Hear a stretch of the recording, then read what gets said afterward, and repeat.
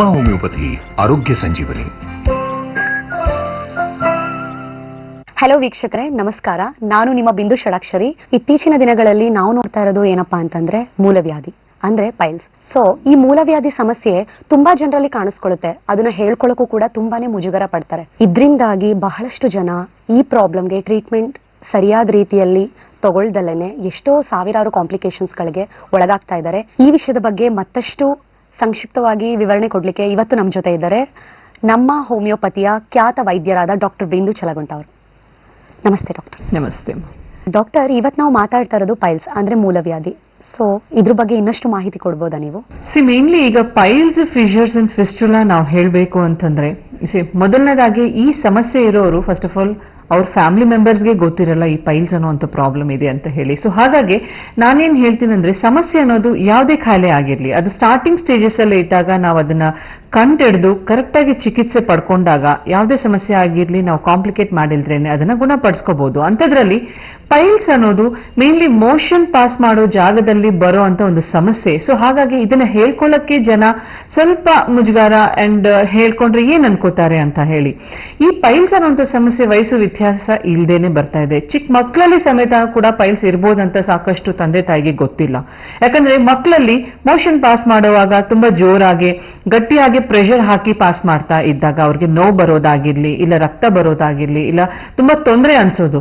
ಈಗ ನೋಡ್ತಾ ಇದೀವಿ ಈಗಿನ ಮಕ್ಕಳಂತೂ ಆಹಾರ ಕ್ರಮ ತುಂಬಾ ಹೆಚ್ಚು ಕಡಿಮೆ ಆಗ್ತಾ ಇದೆ. ಕರೆಕ್ಟ್ ಆಗಿ ತರಕಾರಿಗಳು ಹಣ್ಣುಗಳೆಲ್ಲ ತಿನ್ನೋದಿಲ್ಲ, ನೀರಿನ ಅಂಶ ಕೊರತೆ ಇದೆ. ಜೊತೆಗೆ ಆಟ ಆಡೋದ್ರಲ್ಲಿ ತುಂಬಾ ಬ್ಯುಸಿ ಇರೋದ್ರಿಂದ ಮೋಷನ್ ಅನ್ನೋದು ಪಾಸ್ ಮಾಡ್ಬೇಕಂತ ಅವ್ರಿಗೆ ಸೆನ್ಸೇಷನ್ ಆದ್ರೂ ಕೂಡ ಅದನ್ನ ಪಾಸ್ ಮಾಡೋದಿಲ್ಲ.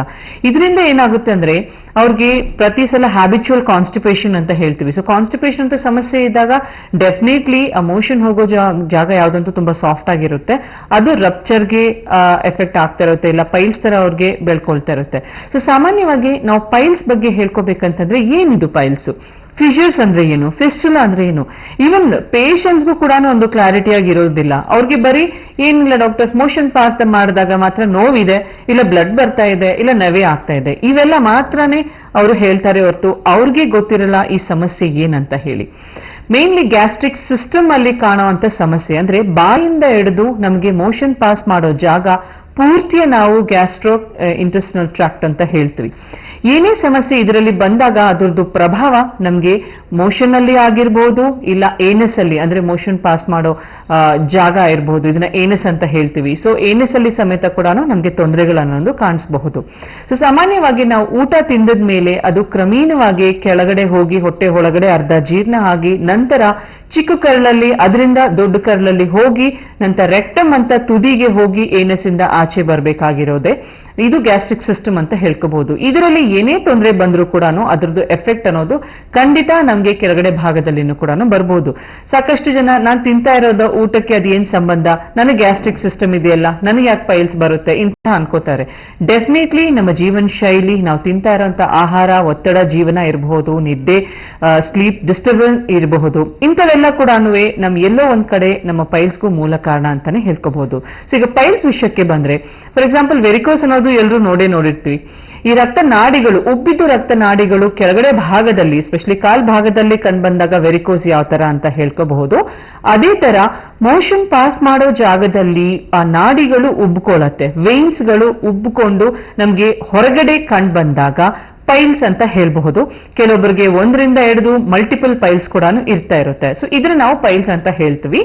ಸಹಜವಾಗೂ ಯಾವುದೇ ವಯಸ್ಸಲ್ಲಿನೂ ಇದು ಬರ್ಬೋದು, ಅಂದ್ರೆ ಲೇಡೀಸ್ಗೆ ಬರಬಹುದು, ಜೆಂಟ್ಸ್ಗೆ ಬರಬಹುದು, ಮಕ್ಕಳಲ್ಲಿ ಸಮೇತ ಕೂಡ ಈ ಪೈಲ್ಸ್ ಅನ್ನೋದು ಬರಬಹುದು. ಬಟ್ ಫಿಶರ್ಸ್ ಅಂದ್ರೆ ಏನು?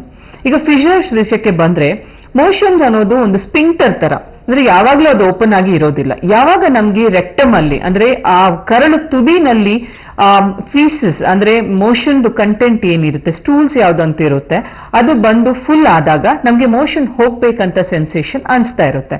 ಸೊ ಅದು ನಿಮ್ಗೆ ಸ್ಪಿಂಕ್ಟರ್ ಅನ್ನೋದು ಓಪನ್ ಆದಾಗ ಮೋಷನ್ ಅನ್ನೋದು ನಾವು ಸುಲಭವಾಗಿ ಪಾಸ್ ಮಾಡ್ತಾ ಇರ್ತೀವಿ. ಬಟ್ ಆ ಸ್ಪಿಂಕ್ಟರ್ ಅನ್ನೋದು ಫೋಲ್ಡ್ಸ್ ತರ ಇರುತ್ತೆ, ತುಂಬಾ ಮೃದುವಾಗಿ ಇರುವಂತ ಚರ್ಮ ಅದು. ಬಟ್ ಏನಾಗುತ್ತೆ ಅಂದ್ರೆ ಕಾನ್ಸ್ಟಿಪೇಷನ್, ಈಗ ಎಷ್ಟೊಂದು ಜನಕ್ಕೆ ದಿನ ಮೋಷನ್ ಹೋಗಕ್ ಆಗೋದಿಲ್ಲ, ಇಲ್ಲ ಕ್ಲಿಯರ್ ಆಗಿ ಮೋಷನ್ ಪಾಸ್ ಮಾಡಕ್ ಆಗೋದಿಲ್ಲ, ಇಲ್ಲ ನೀರ್ ಚೆನ್ನಾಗಿ ಕುಡಿಯೋದಿಲ್ಲ, ತುಂಬಾ ಹೊತ್ತು ಕೂತ್ಕೊಂಡೇ ಕೆಲಸ ಮಾಡ್ತಾ ಇರ್ತಾರೆ, ಹೀಟಿನ ಪದಾರ್ಥಗಳು ಹೆಚ್ಚಕ್ಕೆ ತಗೋತಾರೆ, ಪೀಚ್ ಪದಾರ್ಥಗಳು ತಗೊಳ್ಳೋದಿಲ್ಲ. ಇವೆಲ್ಲ ಕಾರಣಗಳಿಂದ ಏನಾಗುತ್ತೆ ಅಂದ್ರೆ ಮೋಷನ್ ತುಂಬಾ ಗಟ್ಟಿಯಾಗಿ ಪಾಸ್ ಮಾಡಬೇಕು ಅಂಡ್ ರೆಗ್ಯುಲರ್ ಆಗಿ ಪಾಸ್ ಮಾಡೋ ಅಭ್ಯಾಸ ಇಲ್ಲ ಅಂತಂದ್ರೆ ಡೆಫಿನೆಟ್ಲಿ ಆ ಮೋಷನ್ ಅಲ್ಲಿ ಇರುವಂತ ನೀರಿನ ಅಂಶ ಎಲ್ಲ ಅಬ್ಸರ್ವ್ ಆಗ್ಬಿಟ್ಟು ಮೋಷನ್ ತುಂಬಾ ಸ್ಟ್ರೆಸ್ ಆಗಿ ಕೂತ್ಕೋಬೇಕಾಗಿರುತ್ತೆ. ತುಂಬಾ ಜೋರಾಗಿ ಪ್ರೆಷರ್ ಹಾಕಿ ಕೂತ್ಕೊಂಡಾಗ ಆ ಸ್ಪಿಂಕ್ಟರ್ ಯಾವ್ದಂತ ಇರುತ್ತೆ ಅದರಲ್ಲಿ ಕಂಡು ಬರುವಂತ ಕ್ರ್ಯಾಕ್ಸ್ ಅಂದ್ರೆ ಕಟ್ ಆಗಿರುತ್ತಲ್ಲ, ಆ ಕ್ರ್ಯಾಕ್ಸ್ ನಾವು ಫಿಶರ್ಸ್ ಅಂತ ಹೇಳ್ತೀವಿ. ಸಹಜವಾಗಿ ಫಿಶರ್ಸ್ ಅಲ್ಲಿ ಬ್ಲೀಡಿಂಗ್ ಅನ್ನೋದು ಬರ್ತಾ ಇರುತ್ತೆ, ಅಂದ್ರೆ ತುಂಬಾ ರಕ್ತ ಅನ್ನೋದು ಹೋಗ್ತಾ ಇರುತ್ತೆ. ಇನ್ನು ನೆಕ್ಸ್ಟ್ ಥರ್ಡ್ ಟೈಪ್ ಅಂತಂದ್ರೆ ಫಿಸ್ಚುಲಾ. ಇದು ಕೂಡ ಸಾಕಷ್ಟು ಜನ ಕೇಳಿರ್ತಾರೆ, ಫಿಸ್ಚುಲಾ ಆಗಿದೆ ನಮ್ಗೆ ಅಂತ ಹೇಳಿ. ಈಗ ಮೋಷನ್ ಒಳಗಡೆ ಏನಂತ ತುದಿ ಪೈಪ್ ಇರುತ್ತಲ್ಲ, ತಾನಾಗಿ ಒಂದು ಜಾಗ ಅಂದ್ರೆ ಸಪರೇಟ್ ಆಗಿ ಇನ್ನೊಂದು ದ್ವಾರ ಮಾಡಿಕೊಂಡು ಮೋಷನ್ ಪಕ್ಕದಲ್ಲಿ ಒಂದು ಚಿಕ್ಕ ಗುಳ್ಳೆ ತರ ಆಗಿರುತ್ತೆ. ಆ ಗುಳ್ಳೆಯಿಂದ ಒಡ್ಕೊಂಡು ರಕ್ತ ಬರೋದಾಗಿರ್ಲಿ, ಕೀವು ಬರೋದಾಗಿರ್ಲಿ, ಇಲ್ಲ ಇನ್ಫೆಕ್ಟೆಡ್ ಆಗಿರುವಂತ ಕಂಟೆಂಟ್ ಏನಿರುತ್ತೆ ಅವೆಲ್ಲ ಕೂಡ ಅವ್ರಿಗೆ ಬರ್ತಾ ಇರುತ್ತೆ. ಸೊ ಪ್ರತಿ ಸಲ ಅವ್ರಿಗೆ ಇದು ಗೊತ್ತಿರಲ್ಲ, ಒಳಗಡೆಯಿಂದ ಇನ್ನೊಂದು ದ್ವಾರ ಆಗಿದೆ ಅನ್ನೋದು ಗೊತ್ತಿರಲ್ಲ.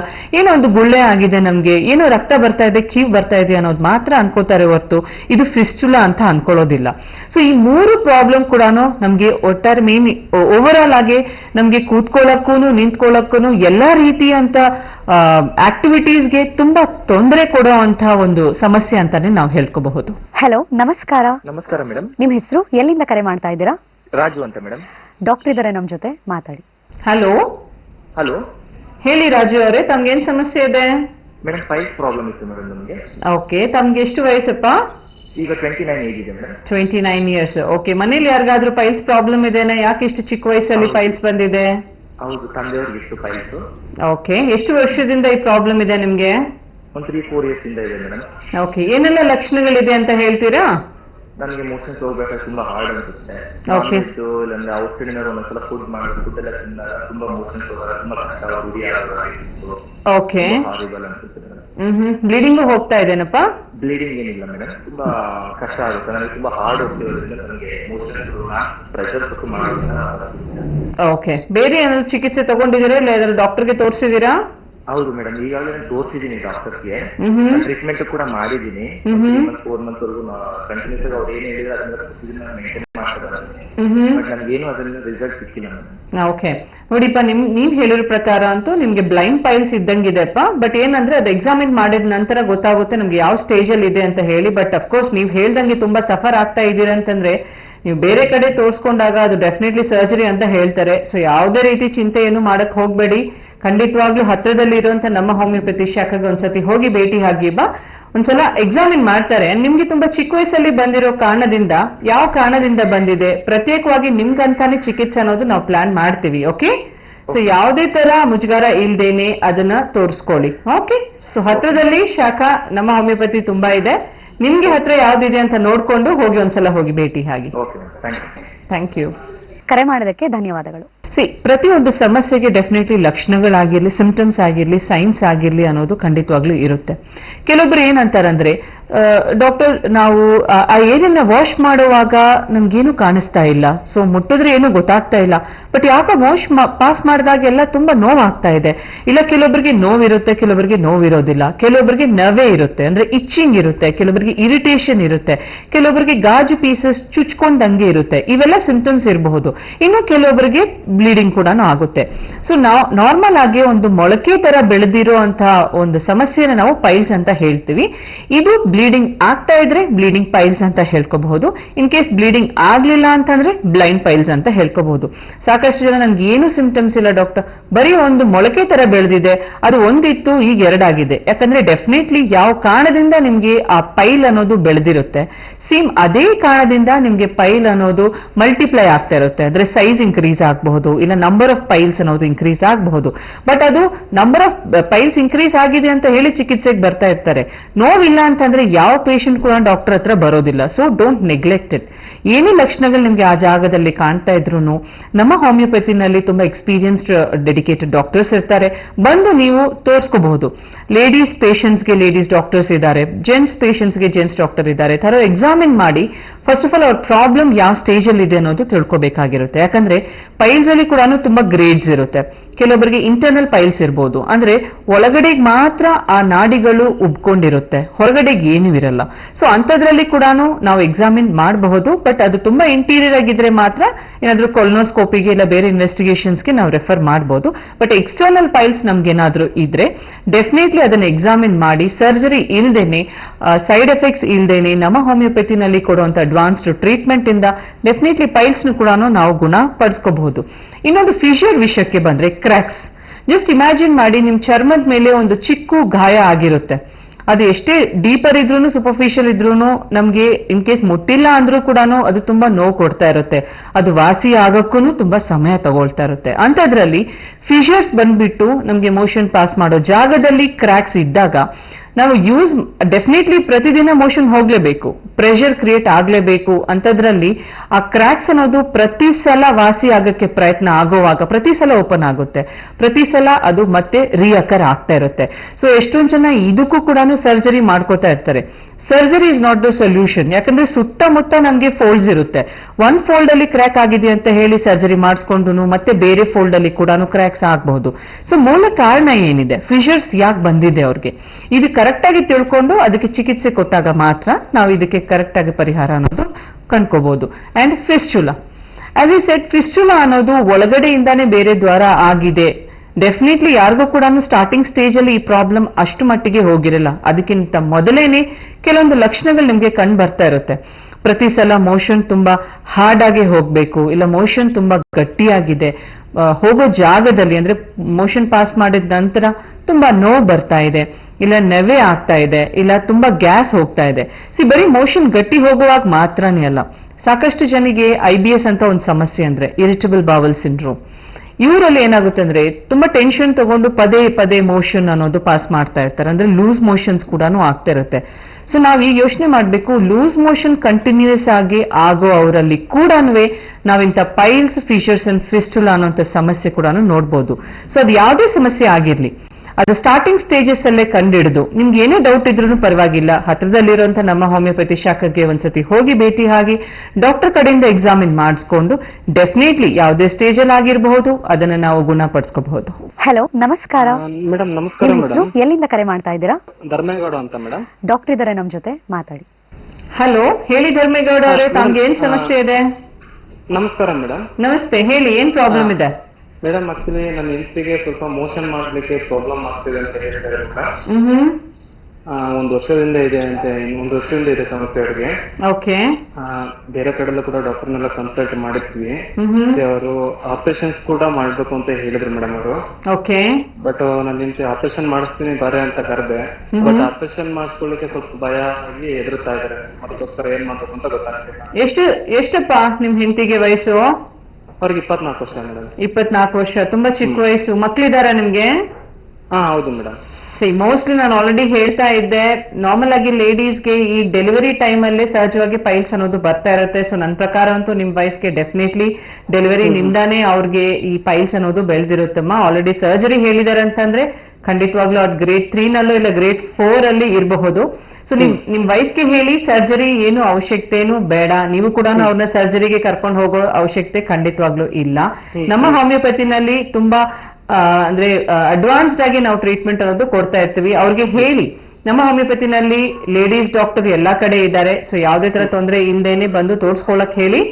ಅವರು ಪೈಲ್ಸ್ ಬಂದಿರೋದಕ್ಕೆ ಏನ್ ಕಾರಣ ಇದೆ, ಏನಾದ್ರೂ ಥೈರಾಯ್ಡ್ ಇದೆನಾ, ಇಲ್ಲ ಗ್ಯಾಸ್ಟ್ರಿಕ್ ಸಮಸ್ಯೆ ಏನಾದ್ರೂ ಇದೆನಾ, ಕರೆಕ್ಟ್ ಆಗಿ ಅದನ್ನ ನೋಡ್ಕೊಂಡು ಯಾವ ತರ ಆಹಾರ ಕ್ರಮ ಫಾಲೋ ಮಾಡ್ಬೇಕು ಅನ್ನೋದು ಕೂಡ ನಿಮ್ಗೆ ಅಡ್ವೈಸ್ ಮಾಡ್ತೀವಿ. ಅದ್ರ ಜೊತೆಗೆ ಅವ್ರಿಗಿರೋ ಪ್ರಾಬ್ಲಮ್ಗೂ ಕೂಡ ಶಾಶ್ವತ ಪರಿಹಾರ ಅನ್ನೋದು ಸಿಗುತ್ತೆ. ಸೊ ನೀವು ನಿಮ್ ವೈಫ್ ನ ಕರ್ಕೊಂಡು ಹೋಗಿ ಹತ್ರದಲ್ಲಿ ಇರೋ ನಮ್ಮ ಹೋಮಿಯೋಪತಿ ಶಾಖೆಗೆ ಒಂದ್ಸತಿ ಹೋಗಿ ಭೇಟಿ ಆಗಿ. ಕರೆ ಮಾಡೋದಕ್ಕೆ ಧನ್ಯವಾದಗಳು. ಮೇಡಮ್, ಇಷ್ಟೊತ್ತು ನಾವು ಪೈಲ್ಸ್ ಅಂದ್ರೆ ಏನು ಅಂತ ತಿಳ್ಕೊಂಡ್ವಿ, ಬಟ್ ಈ ಪೈಲ್ಸ್ ಜನರಲಿ ಬರ್ಲಿಕ್ಕೆ ಕಾರಣಗಳೇನು? ಮೇನ್ಲಿ ಕಾಸಸ್ ಅಂತ ನಾವು ಹೇಳ್ಬೇಕಂದ್ರೆ ಬರೀ ಪೈಲ್ಸ್, ಫಿಶರ್, ಫಿಸ್ಟುಲಾ ಮಾತ್ರನೇ ಅಲ್ಲ, ಎಲ್ಲಾ ರೀತಿ ಕಾಯಿಲೆಗಳಿಗೂ ನಾವು ಹೇಳೋದು ಜೀವನ ಶೈಲಿ.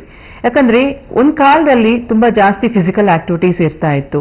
ಸೊ ಫುಡ್ ಈಟಿಂಗ್ ಹ್ಯಾಬಿಟ್ಸ್ ಕೂಡ ತುಂಬಾ ಹೆಲ್ದಿಯಾಗಿ ಇರ್ತಾ ಇತ್ತು. ಅದ್ರ ಜೊತೆಗೆ ಮ್ಯಾಚ್ ಆಗ್ತಾ ಇತ್ತು. ಅಂದ್ರೆ ಸೌತ್ ಅಲ್ಲಿ ತುಂಬಾ ರೈಸ್ ತಿಂತಾ ಇದ್ರು ಕೂಡ ಅದಕ್ಕೆ ತಕ್ಕಂಗೆ ಡೆಫಿನೆಟ್ಲಿ ಫಿಸಿಕಲ್ ಆಕ್ಟಿವಿಟೀಸ್ ಕೂಡ ತುಂಬಾ ಆಕ್ಟಿವ್ ಆಗಿದ್ರು. ಬಟ್ ಈಗ ಏನಾಗ್ಬಿಟ್ಟಿದೆ ಅಂದ್ರೆ ಒಂದು ಸೆಡೆಂಟರಿ ಲೈಫ್ ಸ್ಟೈಲ್ ಆಗ್ಬಿಟ್ಟಿದೆ. ಬರೀ ಲೈಫ್ ಸ್ಟೈಲ್ ಒಂದೇ ಅಲ್ಲ, ಬೇರೆ ರೀತಿಯಂತ ಕಾಯಿಲೆಗಳು ಕೂಡ. ಸೊ ದೇಹ ಅನ್ನೋದು ಯಾವ ತರ ಅಂದ್ರೆ, ಒಂದು ಫಂಕ್ಷನ್ ಡಿಸ್ಟರ್ಬ್ ಆಯ್ತು ಅಂತಂದ್ರೆ ಆಟೋಮ್ಯಾಟಿಕ್ಲಿ ಅದರದ್ದು ಪ್ರಭಾವ ಬೇರೆ ಕಡೆ ಖಂಡಿತವಾಗ್ಲೂ ಇದ್ದೇ ಇರುತ್ತೆ. ಫಾರ್ ಎಕ್ಸಾಂಪಲ್, ನಾನು ಇವತ್ತೇನಾದ್ರೂ ಸರಿಯಾಗಿ ನೀರು ಕುಡ್ದಿಲ್ಲ ಅಂತಂದ್ರೆ ನಾವ್ ಯಾವ್ದೇ ತರ ಊಟ ತಿಂದಿರ್ಲಿ ಅದು ಕರೆಕ್ಟ್ ಆಗಿ ಜೀರ್ಣ ಆಗೋದಿಲ್ಲ. ಮೋಷನ್ ಡೆಫಿನೆಟ್ಲಿ ಹಾರ್ಡ್ ಸ್ಟೂಲ್ಸ್ ಗೆ ಕನ್ವರ್ಟ್ ಆಗುತ್ತೆ, ಅದರಿಂದ ಪ್ರೆಷರ್ ಕನ್ವರ್ಟ್ ಆಗುತ್ತೆ. So this is the reason. So ಅದೇ ತರ ನಮ್ಗೆ ಇನ್ನೂ ರೀಸನ್ಸ್ ತಗೋಬೇಕಂದ್ರೆ ಸೆಡೆಂಟರಿ ಲೈಫ್ ಸ್ಟೈಲ್. ಈಗ ಒಂದ್ ಕಡೆ ಹೋಗಿ ಕೂತ್ಕೊಂಡು ಕೆಲಸ ಮಾಡಕ್ ಶುರು ಮಾಡ್ಬಿಟ್ರೆ ಎದ್ದೇಳೋದೇ ಇಲ್ಲ, ಬರೀ ಬ್ರೇಕ್ಸ್ ತಗೊಳಕ್ಕೆ ಮಾತ್ರನೇ ಎದ್ದಿರ್ತಾರೆ. ಸೊ ಇಂಥದ್ರಲ್ಲಿ ಸೆಡೆಂಟರಿ ಲೈಫ್ ಸ್ಟೈಲ್ ಮಾಡೋದ್ರಿಂದ ಏನಾಗ್ತಾ ಇದ್ದಾರೆ, ಕೂತೇ ಜಾಗದಲ್ಲಿ ಕಂಟಿನ್ಯೂಸ್ ಆಗಿ ಕೂತು ಆ ಏನಲ್ ಏರಿಯಾದಲ್ಲಿ ನಮ್ಗೆ ಒಂದು ಪ್ರೆಷರ್ ಕ್ರಿಯೇಟ್ ಆಗಿ ಕೂಡ ನಮ್ಗೆ ಪ್ರಾಬ್ಲಮ್ಸ್ ಅನ್ನೋದು ಬರ್ಬೋದು. ಇನ್ನೊಂದು ಮೋಸ್ಟ್ ಕಾಮನೆಸ್ ರೀಸನ್ ಗ್ಯಾಸ್ಟ್ರಿಕ್ ಪ್ರಾಬ್ಲಮ್. ಇನ್ನು ಕೆಲವರಿಗೆ ಅಭ್ಯಾಸಗಳು ಅಂದ್ರೆ ಸ್ಮೋಕಿಂಗ್ ಇರಬಹುದು, ಡ್ರಿಂಕಿಂಗ್ ಇರಬಹುದು. ಇಂಥ ಅಭ್ಯಾಸಗಳಿದ್ದಾಗ ಡೆಫಿನೆಟ್ಲಿ ಆ ಹೊಟ್ಟೆ ಒಳಗಡೆ ಇರುವಂತ ಗ್ಯಾಸ್ಟ್ರಿಕ್ ಲೈನಿಂಗ್ ಏನಾಗುತ್ತೆ, ಸೌದೋಗ್ಬಿಡುತ್ತೆ. ಅದರಿಂದ ಜೀರ್ಣ ಶಕ್ತಿ ಅನ್ನೋದು ತುಂಬಾ ಕಡಿಮೆ ಆಗಿ ಅವ್ರಿಗೆ ಫುಡ್ ತುಂಬಾ ನಿಧಾನಕ್ಕೆ ಜೀರ್ಣ ಆಗ್ತಾ ಇರುತ್ತೆ ಅಂಡ್ ಇಂಡೈಜೆಷನ್ ಎಲ್ಲ ಆಗ್ಬಿಟ್ಟು ಅದರಿಂದ ಕೂಡ ಅವ್ರಿಗೆ ಪೈಲ್ಸ್ ಅನ್ನೋದು ಬರ್ತಾ ಇರುತ್ತೆ. So that is the main reason. ನಾವು ಸ್ಟೂಲ್ ಕನ್ಸಿಸ್ಟೆನ್ಸಿ ಒಂದೇ ಅಲ್ಲ, ನಾವು ಬಾಯಿಂದ ತಿಂತಾ ಇರೋಂತ ಊಟ ಕೂಡ ಎಷ್ಟು ಹೆಲ್ದಿ ಆಗಿದೆ, ಜೊತೆಗೆ ನಮ್ಮ ಲೈಫ್ ಸ್ಟೈಲ್ ಹೇಗಿದೆ. ಕರೆಕ್ಟ್ ಆಗಿ ನಿದ್ದೆ ಮಾಡಬೇಕು. 8 hours ಆಫ್ ಸ್ಲೀಪ್ ನಮ್ಗೆ ಹೆಲ್ದಿಯಾಗಿ ಇರಬೇಕು. ನೈಟ್ ಶಿಫ್ಟ್ಸ್ ಇತ್ತೀಚೆಗೆ ತುಂಬಾ ಜಾಸ್ತಿ ಆಗ್ತಾ ಇದೆ. ಚಿಕ್ಕ ಚಿಕ್ಕ ವಿಷಯಕ್ಕೂ ತುಂಬಾ ಜಾಸ್ತಿ ಸ್ಟ್ರೆಸ್ ತಗೋತಾ ಇದ್ದಾರೆ. ಅದು ಮಕ್ಕಳಾಗಿರ್ಬೋದು, ದೊಡ್ಡವರಾಗಿರ್ಬೋದು, ಇಲ್ಲ ಮಧ್ಯ ಏಜ್ ಅವರಾಗಿರ್ಬೋದು. ಸೊ ತುಂಬಾ ಸ್ಟ್ರೆಸ್ ತುಂಬಾ ಜಾಸ್ತಿ ತಗೊಂಡು ಜಂಕ್ ಈಟಿಂಗ್ ಹ್ಯಾಬಿಟ್ಸ್ ಈಗ ಎಲ್ಲೋ ತುಂಬಾ ಕಡಿಮೆ ಇದೆ. ಎಸ್ಪೆಷಲಿ ಮಕ್ಕಳಾಗಿರ್ಬೋದು, ಮನೆ ಊಟ ತಿನ್ನೋದಕ್ಕೆ ತುಂಬಾ ಹಿಂದೆ ಮುಂದೆ ನೋಡ್ತಾರೆ. ಬಟ್ ಆಚೆ ಹೋಗಿ ಪಿಜ್ಜಾ, ಬರ್ಗರ್ಸ್, ಜಂಕ್ ಫುಡ್ಸ್, ಎಣ್ಣೆದಲ್ಲಿ ಕರ್ದಿರೋ ಅಂತ ಊಟ, ನಾನ್ ವೆಜ್ ತುಂಬಾ ಹೆಚ್ಚಾಗಿ ತಗೊಳ್ಳೋದು, ಇವೆಲ್ಲ ಊಟದಿಂದ ಏನಾಗ್ತಾ ಇದೆ ಅಂತಂದ್ರೆ ನಮ್ಮ ಗ್ಯಾಸ್ಟ್ರಿಕ್ ಸಿಸ್ಟಮ್ ಅನ್ನೋದು ಖಂಡಿತವಾಗ್ಲೂ ಎಫೆಕ್ಟ್ ಆಗ್ತಾ ಇದೆ. ಒಂದಾದ್ರೂ ಒಂದು ಸಮಯದಲ್ಲಿ ತಿನ್ನೋದ್ರಲ್ಲಿ ತಪ್ಪೇನಿಲ್ಲ, ಬಿಕಾಸ್ ನಮಗೂ ತಿನ್ಬೇಕಂತ ಆಸೆ ಆಗುತ್ತೆ. ಬಟ್ ಅದನ್ನೇ ನಾವು ರೂಢಿ ಮಾಡ್ಕೊಂಡು ನಮ್ಮ ಗ್ಯಾಸ್ಟ್ರಿಕ್ ಸಿಸ್ಟಮ್ ನ ಹಾಳು ಮಾಡ್ತಾ ಇದೀವಿ. ಪೌಷ್ಟಿಕ ಆಹಾರ ಅಂದ್ರೆ ಎಲ್ಲಾ ರೀತಿಯಂತ ಒಂದು ಕಂಟೆಂಟ್ಸ್ ಕರೆಕ್ಟ್ ಆಗಿರ್ಬೇಕು. ಅಂದ್ರೆ ಮೇನ್ಲಿ ಕಾರ್ಬೋಹೈಡ್ರೇಟ್ಸ್. ಸೊ ನಾವು ಕಾರ್ಬೋಹೈಡ್ರೇಟ್ಸ್ ಕರೆಕ್ಟ್ ಆಗಿ ಪ್ರಮಾಣದಲ್ಲಿ ತಗೋಬೇಕು, ಪ್ರೋಟೀನ್ಸ್ ಪ್ರಮಾಣದಲ್ಲಿ ಇರಬೇಕು, ವೈಟಮಿನ್ಸ್ ಅಂಡ್ ಮಿನರಲ್ಸ್ ಪ್ರಮಾಣ ಇರಬೇಕು, ಅದೇ ತರ ನೀರಿನ ಅಂಶ. ಸೊ ಇವೆಲ್ಲ ಏಜಿಗೆ ತಕ್ಕಂಗೆ ಈ ಕಂಟೆಂಟ್ಸ್ ಎಲ್ಲ ನಾವು ಕರೆಕ್ಟ್ ಪ್ರಮಾಣದಲ್ಲಿ ತಗೊಳ್ಳೋದಾದ್ರೆ ಡೆಫಿನೆಟ್ಲಿ ಬರೀ ಈ ಪೈಲ್ಸ್ ರಿಲೇಟೆಡ್ ಇಲ್ಲ ಬರೀ ಏನಸ್ ರಿಲೇಟೆಡ್ ಪ್ರಾಬ್ಲಮ್ ಒಂದೇ ಅಲ್ಲ, ಎಲ್ಲಾ ರೀತಿಯಂತ ಸಮಸ್ಯೆಗಳು ಕೂಡ ನಾವು ಡೆಫಿನೆಟ್ಲಿ ಒಂದು ಪ್ರಿವೆಂಟ್ ಮಾಡುವಂತ ಸಾಧ್ಯತೆ ಇರುತ್ತೆ. ಇನ್ನೊಂದು ಮುಖ್ಯವಾದಂತ ಕಾರಣ ನಾವು ಹೇಳ್ಬೇಕಂದ್ರೆ ಎಸ್ಪೆಷಲಿ ಲೇಡೀಸ್ ಅಲ್ಲಿ, ಮುಖ್ಯವಾದಂತದ್ದು ಲೇಡೀಸೇ ಈ ಸಮಸ್ಯೆ ಹೇಳ್ಕೊಳ್ಳಕ್ಕೆ ತುಂಬಾ ಹಿಂದೆ ಮುಂದೆ ನೋಡ್ತಾರೆ.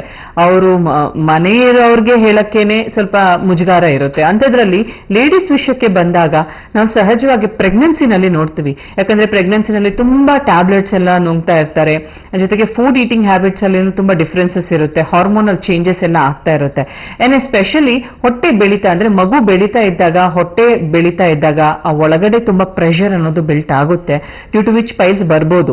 ಇನ್ನೊಂದು ಮೇನ್ಲಿ ಏನಂದ್ರೆ ಲೇಬರ್ ಟೈಮ್ ಅಲ್ಲಿ, ಯಾಕಂದ್ರೆ ಲೇಬರ್ ಅನ್ನೋದು ತುಂಬಾ ಪ್ರೆಷರ್ ಹಾಕ್ಬೇಕಾಗಿರುತ್ತೆ. ಸೊ ನಾರ್ಮಲ್ ಡೆಲಿವರೀಸ್ ಆಗಿರ್ಬೋದು, ಇಲ್ಲ ಆ ಸಮಯದಲ್ಲಿ ಏನಾಗುತ್ತೆ ಅಂದ್ರೆ ಎಷ್ಟೊಂದು ಲೇಡೀಸ್ಗೆ ಈ ಪೈಲ್ಸ್ ಅನ್ನೋದು ಬೆಳ್ಕೊಳ್ತಾ ಇರುತ್ತೆ. ಬಟ್ ತುಂಬಾ ಬ್ಯುಸಿ ಆಗಿರುತ್ತೆ, ಯಾಕಂದ್ರೆ ಆಫ್ಟರ್ ಡೆಲಿವರಿ ಡೆಫಿನೆಟ್ಲಿ ಮಗು ನೋಡ್ಕೋಬೇಕು ಅಂಡ್ ಪೋಸ್ಟ್ ಪಾರ್ಟಲ್ ಒಂದು ಕಂಡೀಷನ್ಸ್ ನ ಅವರು ನೋಡ್ಕೋತಾ ಇರ್ತಾರೆ. ಅಂದ್ರೆ ಡೆಲಿವರಿ ಆಗಿರೋ ನಂತರ ಅವ್ರದ್ದು ಮಾನಸಿಕ ಕಂಡೀಷನ್ ಯಾವ ತರ ಇರುತ್ತೆ, ಇವೆಲ್ಲ ನೋಡ್ಕೊಳ್ಳೋದ್ರಲ್ಲಿ ಬ್ಯುಸಿ ಆಗಿರೋದ್ರಿಂದ ಇಂಥವು ಆಗಿರೋಂಥ ಚೇಂಜಸ್ ಬಗ್ಗೆ ಯಾರು ಕೂಡ ಗಮನ ಕೊಡೋದಿಲ್ಲ. So that is the main reason. These are the common reasons. Ladies especially ಪ್ರೆಗ್ನೆನ್ಸಿನಲ್ಲಿ ಖಂಡಿತವಾಗ್ಲೂ ತುಂಬಾ ಪ್ರಿಕಾಷನ್ಸ್ ಅನ್ನೋದು ತಗೋಬೇಕಾಗಿರುತ್ತೆ. ಹಲೋ, ನಮಸ್ಕಾರ ಮೇಡಮ್. ನಮಸ್ಕಾರ. ನಿಮ್ ಹೆಸರು, ಎಲ್ಲಿಂದ ಕರೆ ಮಾಡ್ತಾ ಇದ್ದೀರಾ? ಮೇಡಮ್, ನನ್ನ ಹೆಸರು ಲಕ್ಷ್ಮಿ ಅಂತ. ಡಾಕ್ಟರ್ ಇದಾರೆ ನಮ್ ಜೊತೆ, ಮಾತಾಡಿ. ಹಲೋ, ಹೇಳಿ ಲಕ್ಷ್ಮಿ ಅವರೇ, ಏನ್ ಪ್ರಾಬ್ಲಮ್ ಇದೆ ನಿಮ್ಗೆ? ನಮಸ್ಕಾರ ಮೇಡಮ್, ನನಗೆ ಫಿಸ್ಟುಲಾ ಆಗಿದೆ. 3 ವರ್ಷದಿಂದ ಸಫರ್ ಮಾಡ್ತಾ ಇದೀನಿ. ಓಕೆ. ಹಾಸ್ಪಿಟಲ್ ಅಲ್ಲಿ ಕ್ರೀಮ್ ಎಲ್ಲ ಕೊಟ್ಟಿದ್ರು.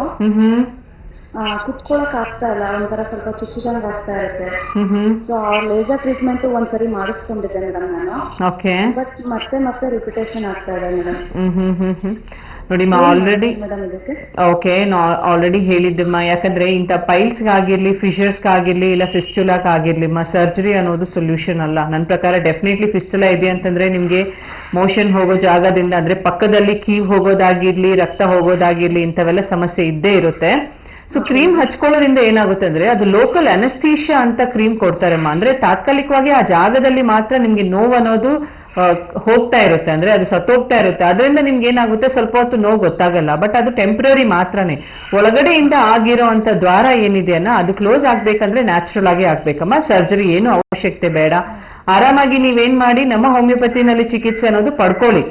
ಓಕೆ, ಖಂಡಿತವಾಗ್ಲೂ ನಿಮ್ ಸಮಸ್ಯೆ ಏನಿದೆಯಲ್ಲ ಅದು ಗುಣಮುಖ ಆಗುತ್ತೆ. ಓಕೆ ಮೇಡಮ್, ಈಗ ಲೇಸರ್ ಟ್ರೀಟ್ಮೆಂಟ್ ಮಾಡಿಸ್ಕೊಂಡಿದ್ದೀವಲ್ಲ ಮೇಡಮ್, ಮತ್ತೆ ಬರ್ತಿದ್ದಾರೆ. ಇವಾಗ ಕ್ರೀಮ್ ಅಪ್ಲೈ ಮಾಡೋದು ಬೇಡವಾ?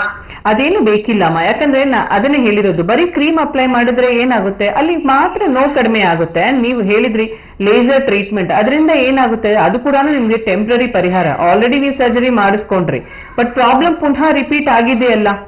ಸೊ ಸರ್ಜರಿ ಅಂತೂ ಡೆಫಿನೆಟ್ಲಿ ಇನ್ ಮುಂದಕ್ಕೆ ಮಾಡೋ ಅವಶ್ಯಕತೆನೂ ಬೇಡ. ಕ್ರೀಮ್ದ ಅವಶ್ಯಕತೆನೂ ಏನು ಅವಶ್ಯಕತೆ ಇರಲ್ಲಮ್ಮ. ಮೋಷನ್ ಪಾಸ್ ಮಾಡಿದ ನಂತರ ಒಂದು ಟಬ್ ಅಲ್ಲಿ ಉಗುರು ಬೆಚ್ಚಗೆ ಇರುವಂತ ನೀರಲ್ಲಿ ನೀವು ಸ್ವಲ್ಪ ಹೊತ್ತು ಕೂತ್ಕೊಂಡ್ರೆ ನಿಮ್ ನೋವು ಆಟೋಮ್ಯಾಟಿಕ್ಲಿ ಕಡಿಮೆ ಆಗುತ್ತೆ. ಯಾವುದೇ ತರ ಕ್ರೀಮ್ ಹಚ್ಕೊಳ್ಳೋದು ಅವಶ್ಯಕತೆ ಏನಿಲ್ಲ. ಬಟ್ ದಿನ ಮೋಷನ್ ಸ್ಮೂತ್ ಆಗಿ ಹೋಗ್ಬೇಕು. ಅದಕ್ಕೆ ಆಹಾರ ಕ್ರಮದಲ್ಲಿ ಸ್ವಲ್ಪ ಖಾರ ಆಗಿರ್ಬೋದು, ಮಸಾಲ ಐಟಮ್ಸ್ ಆಗಿರ್ಬೋದು, ಇಲ್ಲ ಸ್ವಲ್ಪ ಇವೆಲ್ಲ ಅವಾಯ್ಡ್ ಮಾಡಿ ನೀವು ಪೀಚ್ ಪದಾರ್ಥಗಳು ಮತ್ತೆ ಹಣ್ಣುಗಳು, ತರಕಾರಿಗಳು ಚೆನ್ನಾಗಿ ತಿಂದು ನೀರು ಕೂಡ ಚೆನ್ನಾಗಿ ಕುಡಿದ್ರೆ ಡೆಫಿನೆಟ್ಲಿ ನಿಮ್ಮ ಪ್ರಾಬ್ಲಮ್ ನಮ್ ಚಿಕಿತ್ಸೆ ಜೊತೆಗೆ ಈ ಪ್ರಾಬ್ಲಮ್ ಸಾಲ್ವ್ ಆಗುತ್ತೆಮ್ಮ. ಸೊ ಒಂದ್ಸಲಿ ಹೋಗಿ ನೀವು ಹತ್ರದಲ್ಲಿರೋ ಶಾಖೆಗೆ ಭೇಟಿ ಆಗಿಮ್ಮ. ಡೆಫಿನೆಟ್ಲಿ ಲೇಡೀಸ್ ಡಾಕ್ಟರ್ ಅದನ್ನ ಎಕ್ಸಾಮಿನ್ ಮಾಡಿ ಯಾವ ಹಂತದ್ರಲ್ಲಿ ಇದೆ ಅಂತ ಎಕ್ಸ್ಪ್ಲೇನ್ ಮಾಡಿ ಅದಕ್ಕೆ ಕರೆಕ್ಟ್ ಚಿಕಿತ್ಸೆ ಕೂಡ ಕೊಡ್ತಾರೆ. Okay madam, thank you madam. ಓಕೆಮ್ಮ, ಕರೆ ಮಾಡೋದಕ್ಕೆ ಧನ್ಯವಾದಗಳು. ಓಕೆ ಡಾಕ್ಟರ್, ಇವಾಗ ನಾವು ಪೈಲ್ಸ್ ಅಲ್ಲಿ ಸಿಂಪ್ಟಮ್ಯಾಟಿಕಲಿ ವೈಸ್ ನೋಡೋದಾದ್ರೆ, ಎಕ್ಸಾಂಪಲ್ ಇವಾಗ ಒಬ್ಬೊಬ್ರು ಹೇಳ್ತಾರೆ ನನಗೆ ಬರ್ನಿಂಗ್ ಸೆನ್ಸೇಷನ್ಸ್ ಇದೆ, ಮತ್ತೆ ಟೈಟ್ ಮೋಷನ್ಸ್ ಆಗುತ್ತೆ, ಅದ್ರ ಜೊತೆಗೆ ಡೈಜೆಷನ್ಸ್ ಸರಿಯಾದ ರೀತಿಯಲ್ಲಿ ಆಗ್ತಾ ಇಲ್ಲ, ಮತ್ತೆ ಬ್ಲೀಡಿಂಗ್ ಕೂಡ ಹೋಗುತ್ತೆ ಅಂತ ಹೇಳ್ತಾರೆ. ಸೊ ಇದರಲ್ಲಿ ಬೇರೆ ಬೇರೆ ಹಂತಗಳು ಯಾವ್ದಾದ್ರು ಇದೆಯಾ? ಡೆಫಿನೆಟ್ಲಿ ಪೈಲ್ಸ್ ಅಂತಾನೆಲ್ಲ ಏನೇ ಕಾಯಿಲೆ ಆಗಿರ್ಲಿ, ಅದು ಗ್ರೇಡ್ಸ್ ಆಗಿರ್ಲಿ, ಇಲ್ಲ ಅದ್ರಲ್ಲಿ ಸ್ಟೇಜಸ್ ಇದ್ದೇ ಇರುತ್ತೆ. ಸೊ ಅದೇ ರೀತಿ ಅಂತ ಪೈಲ್ಸ್ ಅಲ್ಲಿ ಕೂಡ ನಾವು ಸಾಕಷ್ಟು ಗ್ರೇಡ್ಸ್ ಅನ್ನೋದು ನೋಡ್ಬೋದು. ಸಾಮಾನ್ಯವಾಗಿ 4 ಸ್ಟೇಜಸ್ ಇರುತ್ತೆ, ಅಂದ್ರೆ 4 ಗ್ರೇಡ್ಸ್ ಅನ್ನೋದು ಇರುತ್ತೆ. ಸೊ ಮೊದಲನೇದಾಗಿ ಏನಾಗುತ್ತೆ ಅಂದ್ರೆ ನಿಮ್ಗೆ ಇಂಟರ್ನಲ್ ಪೈಲ್ಸ್, ಅಂದ್ರೆ ಹೆಸರಲ್ಲಿ ಗೊತ್ತಾಗ್ತಾ ಇದೆ ಪೈಲ್ಸ್ ಅನ್ನೋದು ಒಳಗಡೆಗಿರುತ್ತೆ. ಸೊ ಹೊರಗಡೆ ನಾವು ಎಕ್ಸಾಮಿನ್ ಮಾಡಿದಾಗ ನಮ್ಗೆ ಏನು ತೊಂದರೆ ಅನ್ನೋದು ಗೊತ್ತಾಗೋದಿಲ್ಲ. ಸೊ ಇಂಥ ಸ್ಟೇಜ್ ಅಲ್ಲಿ ಅವ್ರಿಗೆ ಲಕ್ಷಣಗಳೆಲ್ಲ ಕಾಣ್ತಾ ಇರುತ್ತೆ, ಬಟ್ ಅದು ನೋಡಿದಾಗ ಏನು ಇಲ್ಲ ಅಂತ ಅಂದ್ಮೇಲೆ ನಾವು ಇದನ್ನ ಗ್ರೇಡ್ 1 ಅಂತ ಹೇಳ್ಕೋಬಹುದು. ಗ್ರೇಡ್ 2 ಅಲ್ಲಿ ಏನಾಗುತ್ತೆ ಅಂದ್ರೆ ಕಂಟಿನ್ಯೂಸ್ ಆಗಿ ಯಾವ ಕಾರಣದಿಂದ ಅವ್ರಿಗೆ ಇಂಟರ್ನಲ್ ಪೈಲ್ಸ್ ಬೆಳೆದಿರುತ್ತೋ ಅವೆಲ್ಲ ಕಾರಣದಿಂದ ಆ ಪೈಲ್ ಬಂದ್ಬಿಟ್ಟು ಸ್ಯಾಗ್ ಆಗಿ, ಅಂದ್ರೆ ಎಳ್ಕೊಂಡು ಬಂದು ಆಚೆ ಬರೋಕೆ ಶುರು ಆಗುತ್ತೆ, ಬರೀ ಮೋಷನ್ ಪಾಸ್ ಮಾಡುವಾಗ ಮಾತ್ರ. ಸೊ ಮೋಷನ್ ಪಾಸ್ ಮಾಡುವಾಗ ಆಚೆ ಬಂದು ಮೋಷನ್ ಪಾಸ್ ಆಗಿರೋದು ಮುಗಿದ ನಂತರ ತಾನಾಗೆ ಒಳಗಡೆ ಹೋಗ್ಬಿಟ್ರೆ ಇಂಥ ಪೈಲ್ಸ್ ನಾವು ಗ್ರೇಡ್ 2 ಪೈಲ್ಸ್ ಅಂತ ಹೇಳ್ಕೋಬಹುದು. ಗ್ರೇಡ್ 3 ನಲ್ಲಿ ಏನಾಗುತ್ತೆ ಅಂದ್ರೆ ಮೋಷನ್ ಪಾಸ್ ಮಾಡಿದ ನಂತರ ಒಳಗಡೆ ಇರುವಂತ ಪೈಲ್ಸ್ ಬಂದ್ಬಿಟ್ಟು ನಿಮ್ಗೆ ಹೊರಗಡೆಗೆ ಬರುತ್ತೆ, ಬಟ್ ಅದು ತಾನಾಗಿ, ಅಂದ್ರೆ ಮೋಷನ್ ಪಾಸ್ ಮಾಡಿರೋದು ಮುಗಿದ ನಂತರ ಅದು ತಾನಾಗೆ ಒಳಗಡೆ ಹೋಗೋದಿಲ್ಲ. ಸೊ ಮೆಕ್ಯಾನಿಕಲಿ ಅದನ್ನ ನಾವು ಬೆರಳಿಂದ ಒಳಗಡೆಗೆ ಪುಷ್ ಮಾಡಬೇಕಾಗಿರೋದನ್ನ ನಾವು ಗ್ರೇಡ್ 3 ಅಂತ ಹೇಳ್ಕೋಬಹುದು. ಗ್ರೇಡ್ 4 ಅಲ್ಲಿ ಏನಾಗುತ್ತೆ ಅಂದ್ರೆ ಕಂಪ್ಲೀಟ್ ಆಗಿ ಪೈಲ್ಸ್ ಬಂದ್ಬಿಟ್ಟು ಒಂದು ಬಂಚ್ ಆಫ್ ಪೈಲ್ಸ್ ತರ ಆಚೆ ಬಂದು ಸೇರ್ಕೊಳ್ತಾ ಇರುತ್ತೆ, ಬಟ್ ಅದು ಏನೇ ಮಾಡಿದ್ರು ಒಳಗಡೆ ಹೋಗೋದಿಲ್ಲ. ಗ್ರೇಡ್ 4 ಅಲ್ಲೇ ಸಹಜವಾಗಿ ಜನ ಡಾಕ್ಟರ್ ಹತ್ರ ಬರ್ತಾ ಇರ್ತಾರೆ, ಯಾಕಂತಂದ್ರೆ ಆ ಸಮಯದಲ್ಲಿ ಅವ್ರಿಗೆ ಪ್ರಾಬ್ಲಮ್ ತುಂಬಾ ಜಾಸ್ತಿ ಇರುತ್ತೆ, ಕೂತ್ಕೊಳ್ಳಕ್ಕೂ ಆಗೋದಿಲ್ಲ, ತುಂಬಾ ಹೊತ್ತು ಒಂದು ಮುಳ್ ಮೇಲೆ ಕೂತ್ಕೊಂಡಂಗ್ ಆಗುತ್ತೆ, ಜೊತೆಗೆ ಮೋಷನ್ ಪಾಸ್ ಮಾಡಿದಾಗೆಲ್ಲ ತುಂಬಾ ನೋವು ಬರ್ತಾ ಇರುತ್ತೆ. ಕೆಲವೊಬ್ಬರಿಗೆ ಅದು ಬ್ಲೀಡಿಂಗ್ ಪೈಲ್ಸ್ ಇದ್ರೆ ತುಂಬಾ ಬ್ಲೀಡಿಂಗ್ ಕೂಡ ಆಗ್ತಾ ಇರುತ್ತೆ. ಸೊ ನಮಗ್ ಗೊತ್ತಿದೆ, ಜಸ್ಟ್ ಈಗ ಲೇಡೀಸ್ ವಿಷಯಕ್ಕೆ ತಗೊಂಡ್ಬಿಟ್ರೆ ತಿಂಗಳಲ್ಲಿ ಒಂದು 5 ದಿವಸ ಬ್ಲೀಡಿಂಗ್ ಹೋದ್ರೇನೆ ದೇಹ ತುಂಬಾ ಸುಸ್ತಾಗ್ತಾ ಇರುತ್ತೆ. ಅಂತದ್ರಲ್ಲಿ ಪೈಲ್ಸ್ ಅಲ್ಲಿ ಒಂದು ಲಿಮಿಟ್ ಇರೋದಿಲ್ಲ. ತುಂಬಾ ಜಾಸ್ತಿ ಪೈಲ್ಸ್ ಇದೆ ಅಂತಂದ್ರೆ ತುಂಬಾ ಬ್ಲೀಡಿಂಗ್ ಅನ್ನೋದು ಹೋಗ್ತಾ ಇರುತ್ತೆ. ಡೆಫಿನೆಟ್ಲಿ ಅಂತವರಲ್ಲಿ ಸುಸ್ತಾಗೋದಾಗಿರ್ಲಿ ಇಂಥವೆಲ್ಲ ಸಿಂಪ್ಟಮ್ಸ್ ನಾವು ನೋಡ್ತಾ ಇರ್ತೀವಿ. ಬಟ್ ತಕ್ಷಣಕ್ಕೆ ಜನ ಈ ಒಂದು ಸಮಸ್ಯೆಗೆ ಇಮಿಡಿಯೇಟ್ ಆಗಿ ಹೋಗಿ ಸರ್ಜರಿ ಮಾಡ್ಕೋತಾ ಇರ್ತಾರೆ. ಆ ಪೈಲ್ಸ್ ಬಂತು ಅಂದ್ರೆ ಓಕೆ, ಈಗ ಏನ್ ಮಾಡ್ಬೇಕು ಅಂದ್ರೆ ಪೈಲ್ಸ್ ಸರ್ಜರಿ ಮಾಡಿಸ್ಕೊಬಿಡೋಣ, ಪ್ರಾಬ್ಲಮ್ ಸಾಲ್ವ್ ಆಗುತ್ತೆ ಅಂತ ಹೇಳಿ.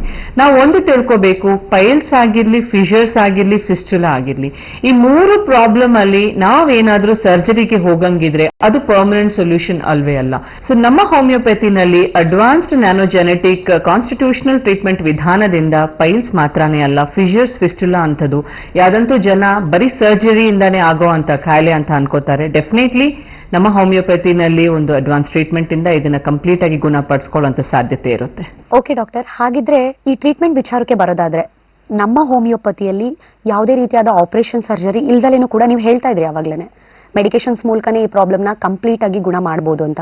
ಸೊ ಯಾವ ತರ, ಸೊ ಇದ್ರ ಬಗ್ಗೆ ಮಾಹಿತಿ ಕೊಡ್ಬೋದಾ ನಮ್ಮ ವೀಕ್ಷಕರಿಗೋಸ್ಕರ? ಆಸ್ ಐ ಸೆಟ್, ಪ್ರತಿಯೊಂದು ಪೇಷಂಟ್ ಕಂಡೀಷನ್ ಬೇರೆ ಬೇರೆ ತರ ಇರುತ್ತೆ. ಆಸ್ ಐ ಸೆಟ್, ಕೆಲವೊಬ್ಬರಿಗೆ ತುಂಬಾ ಹೊತ್ತು ಡ್ರೈವಿಂಗ್, ಫಾರ್ ಎಕ್ಸಾಂಪಲ್ ಡ್ರೈವರ್ಸ್ ಇರ್ತಾರೆ, ಕಂಟಿನ್ಯೂಸ್ ಆಗಿ ತುಂಬಾ ಡ್ರೈವಿಂಗ್ ಮಾಡ್ತಾ ಇರ್ತಾರೆ, ಆಲ್ರೆಡಿ ತುಂಬಾ ಹೊತ್ತು ಕೂತ್ಕೊಳ್ಳೋದ್ರಿಂದ ಅವ್ರಿಗೆ ಡೆಫಿನೆಟ್ಲಿ ಎಕ್ಸೆಸ್ ಹೀಟ್ ಇಂದ ಕೂಡ ಈ ಪೈಲ್ಸ್, ಜೊತೆಗೆ ಈಟಿಂಗ್ ಹ್ಯಾಬಿಟ್ಸ್, ಹೊರಗಡೆ ತುಂಬಾ ತಿಂತಾ ಇರ್ತಾರೆ, ಕರೆಕ್ಟ್ ಆಗಿ ನಿದ್ದೆ ಮಾಡೋದಿಲ್ಲ. ಸೊ ಅಂತದ್ರಲ್ಲಿ ಅವ್ರಿಗೆ ಕೊಡ್ಬೇಕಾಗಿರುವಂತ ಚಿಕಿತ್ಸೆ ಅನ್ನೋದು ಬೇರೆ ತರ ಇರುತ್ತೆ. ಹೀಗೆ ಪ್ರತಿಯೊಬ್ಬರು ಮನುಷ್ಯ ಒಂದೇ ತರ ಇರೋದಿಲ್ಲ.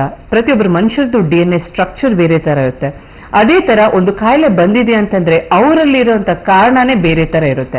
ಆ ಕರೆಕ್ಟ್ ಆಗಿ ಕಾರಣ ಅನ್ನೋದು ನಾವು ತಿಳ್ಕೊಂಡಾಗ ಅದಕ್ಕೆ ತಕ್ಕಂಗೆ ಅವ್ರಿಗೆ ಚಿಕಿತ್ಸೆ ಕೊಟ್ಟಾಗ ಡೆಫಿನೆಟ್ಲಿ ಈ ಪ್ರಾಬ್ಲಮ್ ಅನ್ನೋದು ಸಾಲ್ವ್ ಮಾಡಬಹುದು. ಸೊ ಆಲ್ರೆಡಿ ಹೇಳಿದ್ದೆ ನಾನು, ಅಡ್ವಾನ್ಸ್ಡ್ ನ್ಯಾನೋಜೆನೆಟಿಕ್ ಕಾನ್ಸ್ಟಿಟ್ಯೂಷನಲ್ ಟ್ರೀಟ್ಮೆಂಟ್ ಅನ್ನೋದು ವಿಧಾನ ಪ್ರಾಸೆಸ್ ಇದೆ, ಹೋಮಿಯೋಪತಿಕ್ ಅಪ್ರೋಚ್ ಇದೆ. ಇದರಲ್ಲಿ ಇನ್ ಪರ್ಟಿಕ್ಯುಲರ್ ಇಂಡಿವಿಜುವಲಿಸ್ಟಿಕ್ ಅಪ್ರೋಚ್ ಆಗಿರುತ್ತೆ. ಸೊ ಅವ್ರದ್ದು ಲೈಫ್ ಸ್ಟೈಲ್ ವಿಧಾನ ಇರಬಹುದು, ಕಾಯಿಲೆಗಳು ಯಾವ ಸ್ಟೇಜ್ ಅಲ್ಲಿ ಇದೆ ಅನ್ನೋದು ಇರ್ಬೋದು, ಅನುವಂಶೀಯ ಕಾರಣ ಇದೆನಾ, ಅದ್ರ ಜೊತೆಗೆ ಮ್ಯಾನೇಜ್ಮೆಂಟ್ ಕೂಡ ಮುಖ್ಯ. ಯಾಕಂದ್ರೆ ಬರೀ ಟ್ರೀಟ್ಮೆಂಟ್ ತಗೋತಾ ಇದೀವಿ, ಸೊ ನಾನು ಹೆಂಗ್ ಬೇಕಂದ್ರೆ ಇರ್ಬೋದು ಅಂದ್ರೂ ಸಾಧ್ಯತೆ ಇರೋದಿಲ್ಲ. ಯಾಕಂದ್ರೆ ಇಷ್ಟು ವರ್ಷ ಚೆನ್ನಾಗಿರೋರು ನಿಮ್ಮ ಲೈಫ್ ಸ್ಟೈಲ್ ಇಂದ ಈ ಪ್ರಾಬ್ಲಮ್ ಬಂದಿದೆ ಅಂತಂದ್ರೆ ಚಿಕಿತ್ಸೆ ತಗೊಳ್ಳೋವಾಗ ಆಗಿರ್ಲಿ, ಚಿಕಿತ್ಸೆ ಮುಗಿದ ನಂತರನೂ ಆಗಿರ್ಲಿ, ಡೆಫಿನೆಟ್ಲಿ ಮ್ಯಾನೇಜ್ಮೆಂಟ್ ಅನ್ನೋದು ಅತಿ ಮುಖ್ಯ. ಟೈಮ್ಗೆ ಊಟ ಮಾಡೋದು. ಸಾಕಷ್ಟು ಜನ ಡಾಕ್ಟರ್ 10 ವರ್ಷ ಹಿಂದೆ ನಂದು ಕರೆಕ್ಟ್ ಆಗಿ ಇರ್ಲಿಲ್ಲ ಫುಡ್ ಈಟಿಂಗ್ ಹ್ಯಾಬಿಟ್ಸ್, ಬಟ್ ಈಗ ಕರೆಕ್ಟ್ ಆಗಿದೆ ಅಂತ ಹೇಳ್ತಾ ಇರ್ತಾರೆ. ಬಟ್ ನಮಗೆ ಈಗ ಬಂದಿರೋ ಪ್ರಾಬ್ಲಮೇ ಆವಾಗಿನ ಟೈಮಲ್ಲಿ ನಾವು ಮಾಡಿರೋಂಥ ತಪ್ಪುಗಳು. ಸೊ ಇನ್ ಮುಂದಕ್ಕೆ ಟ್ರೀಟ್ಮೆಂಟ್ ಜೊತೆಗೆ ಟೈಮ್ಗೆ ಊಟ ಮಾಡೋದಾಗಿರ್ಲಿ, ಯಾವ ತರ ಊಟ ತಗೋಬೇಕು, ಪೀಚಿನ ಪದಾರ್ಥಗಳು, ಬ್ಯಾಲೆನ್ಸ್ಡ್ ಡೈಟ್ ಅನ್ನೋದು ತುಂಬಾ ಮುಖ್ಯ. ಹಣ್ಣುಗಳು ಜಾಸ್ತಿ ತಗೋಬೇಕಾಗಿರುತ್ತೆ. ಸೊ ಈಗ ಹಣ್ಣು ವಿಷಯಕ್ಕೆ ಬಂದಾಗ ಇನ್ ಕೇಸ್ ಅವ್ರಿಗೆ ಪೈಲ್ಸ್ ಜೊತೆಗೆ ಡಯಾಬಿಟೀಸ್ ಇದೆ ಅಂತಂದ್ರೆ ಡೆಫಿನೆಟ್ಲಿ ಅದಕ್ಕೆ ಪ್ರತ್ಯೇಕವಾದಂತ ಡೈಟ್ ಪ್ಲಾನ್ ಅನ್ನೋದು ಹೇಳ್ಬೇಕಾಗಿರುತ್ತೆ. ಸೊ ಈ ತರ ಬಟ್ ನೀರ್ ಅನ್ನೋದು ಎಲ್ಲಾ ರೀತಿಯಂತ ಏಜ್ ಫ್ಯಾಕ್ಟರ್ಗೆ, ಎಲ್ಲಾ ರೀತಿಯಂತ ಕಾಯಿಲೆಗಳಿಗೂ ಕೂಡ ಅಂಡ್ ಈ ಒಂದು ಯಾವುದೇ ಗ್ರೇಡ್ ಆಗಿರ್ಲಿ ವಾಟರ್ ಕಂಟೆಂಟ್ ಅನ್ನೋದು ತುಂಬಾ ಮುಖ್ಯ. ಅಂಡ್ ಇದು ಕೂಡ ಒಂದು ಡೌಟ್ ಬರುತ್ತೆ, ಡಾಕ್ಟರ್ ಬರೀ ನೀರ್ ಹೆಂಗ್ ಕುಡಿಬೇಕು, ನೀರ್ ಅಂದ್ರೆ ನಮ್ಗೆ ಆಗಲ್ವಲ್ಲ. ಅದರಲ್ಲಿ ಕೂಡ ನೀರ್ ಅಂದ್ರೆ ನಿಮ್ಗೆ ನೀರಿನ ಅಂಶಗಳು. ಈಗ ವಾಟರ್ ಮೆಲನ್ ತಿಂದಾಗ ಡೆಫಿನೆಟ್ಲಿ ಆ ವಾಟರ್ ಮೆಲನ್ ನಲ್ಲಿ ಜಾಸ್ತಿ ಪರ್ಸೆಂಟೇಜ್ ವಾಟರ್ ಇರೋದ್ರಿಂದ, ಸೊ ವಾಟರ್ ಮೆಲನ್ ತಿಂದಾಗ ಕೂಡ ನಮ್ಮ ದೇಹದಲ್ಲಿ ಸಾಕಷ್ಟು ವಾಟರ್ ಕಂಟೆಂಟ್ ಅನ್ನೋದು ಹೋಗ್ತಾ ಇದೆ. ಅದರ ಜೊತೆಗೆ ಈ ಕಾಫಿ ಟೀ, ಕೆಲವರಿಗೆ ಹಶು ಆಗ್ತಾ ಇರುತ್ತೆ, ಇಲ್ಲ ಇಮಿಡಿಯೇಟ್ ಆಗಿ ತಿನ್ನಕ್ಕೆ ಏನೂ ಇಲ್ಲ ಅಂತ ಹೇಳಿ ಸಿಕ್ಕಿರೋ ಜಾಗದಲ್ಲಿ ಕಾಫಿ ಟೀ ಕುಡಿಯೋ ಅಭ್ಯಾಸ ಕೂಡ ನನ್ನ ಪ್ರಕಾರ 70 to 80% ಜನರಿಗೆ ಅದು ರೂಢಿ ಇದ್ದೇ ಇರುತ್ತೆ. ಸೊ ಅಂತ ಎಂಟಿ ಸ್ಟಮಕ್ ಅಲ್ಲಿ ಕಾಫಿ ಟೀ ಕುಡಿಯೋದು, ಇಲ್ಲ ತುಂಬಾ ಸ್ಪೈಸಿ ಖಾರ ತಿನ್ನೋದಾಗಿರ್ಲಿ, ಗ್ರೀನ್ ಚಿಲ್ಲೀಸ್ ಯೂಸ್ ಮಾಡೋದು ಹೆಚ್ಚಾಗಿರೋದು, ಇಂಥವೆಲ್ಲ ತಾತ್ಕಾಲಿಕವಾಗಿ ಅವಾಯ್ಡ್ ಮಾಡಬೇಕು. ಯಾಕಂದ್ರೆ ಆಲ್ರೆಡಿ ಪ್ರಾಬ್ಲಮ್ ಇದೆ. ಈಗ ಸಪೋಸ್ ನಾವು ಇವತ್ತಿನ ದಿವಸ ಸ್ವಲ್ಪ ಖಾರ ತಿಂದಿದೀವಿ ಅಂತಂದ್ರೆ next day definitely motion pass ಮಾಡಬೇಕಾದ್ರೆ, ಎಸ್ಪೆಷಲಿ ಪೈಲ್ಸ್ ಪೇಷಂಟ್ ಆಗಿರ್ಲಿ, ಫಿಷರ್ಸ್ ಫಿಸ್ಟುಲಾ ಪೇಷಂಟ್ಸ್ಗೆ ಏನಾಗುತ್ತೆ ಅಂದ್ರೆ ತುಂಬಾ ನೋವಾಗುತ್ತೆ, ಅಂದ್ರೆ ನೋವು ಮಲ್ಟಿಪ್ಲೈ ಆಗುತ್ತೆ. ಅಂಥದ್ರಲ್ಲಿ ಟ್ರೀಟ್ಮೆಂಟ್ ತಗೊಳ್ಳೋವಾಗ ಆಲ್ರೆಡಿ ಇಂಥ ಪ್ರಾಬ್ಲಮ್ಸ್ ಇರೋರು ಕೆಲವೊಂದು ಆಹಾರ ಕ್ರಮದಲ್ಲಿ ಡೆಫಿನೆಟ್ಲಿ ಪದ್ಧತಿನ ಫಾಲೋ ಮಾಡಬೇಕು. ಈ ತರ ಮ್ಯಾನೇಜ್ಮೆಂಟ್ ಮಾಡಿದಾಗ ಡೆಫಿನೆಟ್ಲಿ ಇನ್ನೊಂದು ಅಂದ್ರೆ ಈ ಪೇನ್ ನ ಕಂಟ್ರೋಲ್ ಮಾಡುವಂಥದ್ದು, ಸಿಟ್ಸ್ ಬಾತ್ ಅಂತ ಹೇಳ್ತೀವಿ.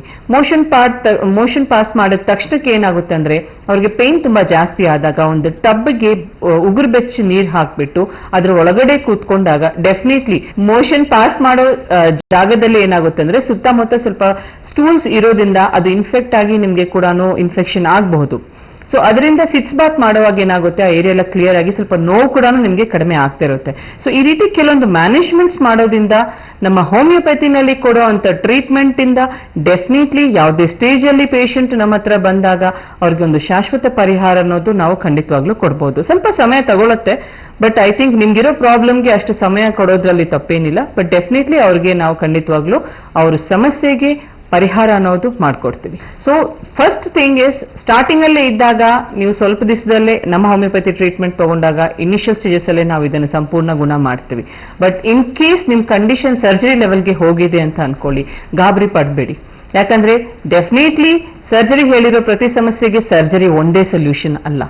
ಸೊ ಅದು ಇಲ್ದೇನೆ, ಯಾಕಂದ್ರೆ ನೀವ್ ಹೇಳ್ದಂಗೆ ಎಷ್ಟೊಂದ್ ಜನ ಒಂದ್ಸಲ ಅಲ್ಲ 2-3 ಸಲ ಒಂದ್ ಪ್ರಾಬ್ಲಮ್ಗೆ ಒಂದ್ಸಲ ಸರ್ಜರಿ ಮಾಡಿದ್ರೇನೆ ಪರಿಹಾರ ಸಿಗ್ತಾ ಇಲ್ಲ ಅಂತ ಹೇಳಿದಾಗ ಜನ ಯಾಕೆ 2-3 ಸಲ ಸರ್ಜರಿ ಮಾಡಿಸ್ಕೋತಾರೆ ಅನ್ನೋದು ಅರ್ಥ ಆಗೋದಿಲ್ಲ. So surgery is not the solution. ಮೊದಲನೇ ಸತಿ ನಿಮ್ಗೆ ಸರ್ಜರಿ ಹೇಳಿದ್ರೆ ಡೆಫಿನೆಟ್ಲಿ ನೀವು ನಮ್ಮ ಹೋಮಿಯೋಪತಿ ಚಿಕಿತ್ಸಾ ವಿಧಾನ ಅನ್ನೋದು ಫಾಲೋ ಮಾಡಬೇಕು. ಆವಾಗ ನಿಮ್ಗೆ ಸರ್ಜರಿ ಅವಾಯ್ಡ್ ಆಗುತ್ತೆ, ಜೊತೆಗೆ ಆಲ್ರೆಡಿ ಸರ್ಜರಿ ಮಾಡಿಸ್ಕೊಂಡ್ರು ಕೂಡ ನಿಮ್ಗೆ ಎಕ್ಸಿಸ್ಟಿಂಗ್ ಪ್ರಾಬ್ಲಮ್ಗೆ ಒಂದು ಪರಿಹಾರ ಅನ್ನೋದು ನಮ್ ಕಡೆ ಸಿಗುತ್ತೆ. ಇಷ್ಟೊತ್ತು ಈ ಮೂಲವ್ಯಾಧಿ ಸಮಸ್ಯೆ ಬಗ್ಗೆ ಬಹಳಷ್ಟು ವಿಷಯಗಳನ್ನ ನಮ್ ಜೊತೆ ನೀವು ಹಂಚಿಕೊಂಡಿದ್ದಕ್ಕೆ ಧನ್ಯವಾದ. ನಮಸ್ತೆ.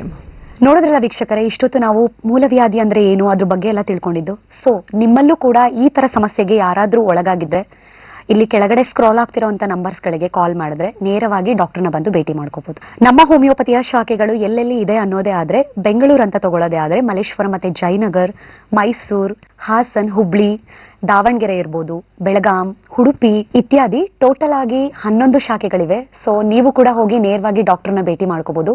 ಇವತ್ತಿನ ಸಂಚಿಕೆಯನ್ನು ನಾವು ಇಲ್ಲಿಗೆ ಮುಗಿಸ್ತಾ ಇದೀವಿ. ನಮಸ್ಕಾರ.